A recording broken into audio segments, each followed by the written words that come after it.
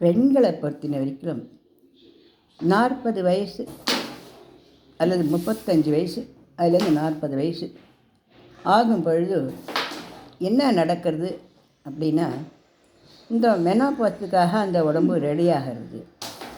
45 வயசு 47 வயசு மெனோபாஸ் நடக்கும் அப்படின்னாலும், இந்த 40 வயசுலேருந்து அதுக்கான சிலது ஆரம்பிக்கிறது.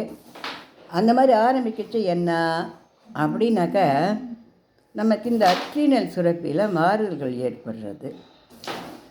இந்த அட்ரீனல் சுரப்பி சரியானபடியாக அது இல்லாததுனால மனசில் மகிழ்ச்சி அப்படிங்கிறது குறைய ஆரம்பிக்கிறது. ஆனால் நாம் அப்படி இருக்கக்கூடாது.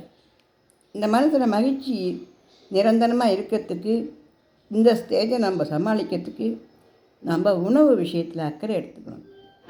உணவு விஷயத்தில் அக்கறைன்னு எப்போ பார்த்தாலும் சாப்பிட்டுட்டே இருந்தால் அது அக்கறை இல்லை. அதாவது என்ன அப்படின்னா, பசிக்கும் பொழுது ஒரு வேளை கொஞ்சம் சாப்பிட்டுக்கணும், அது போதும். மற்ற நேரங்களெல்லாம் நம்ம லிக்விடாக பார்லி கஞ்சி அல்லது ஒரு ஹார்லிக்ஸு, நிறைய சர்க்கரையெல்லாம் போட்டு சாப்பிடக்கூடாது. பார்லி கஞ்சி மோர் விட்டு கூட சாப்பிடலாம். அதுபோல் ஹார்லிக்ஸு சர்க்கரை இல்லாமல் சாப்பிட்லாம், நல்லாயிருக்கும். அதுக்கப்புறம் இந்த பார்லி ஜவ்வரிசி புழுங்கலரிசி போட்டு அதை கஞ்சி மாதிரி ஒரு சுஜி மாதிரி பண்ணி கொஞ்சமாக உப்புமா மாதிரி, இந்த மாதிரிக்கு எளிதாக ஜெரிக்கக்கூடிய உணவுகளை நம்ம வயத்துக்கு நம்ம கொடுக்கணும். அது இல்லாத ஆசையாக இருக்குது நினச்சிட்டு நம்ம எதையான கொஞ்சம் எண்ணெய் பண்டம்லாம் சாப்பிட்டோம்னாக்கா அது ஜீரணம் ஆயிட்டு தொலைக்காது சனியாக.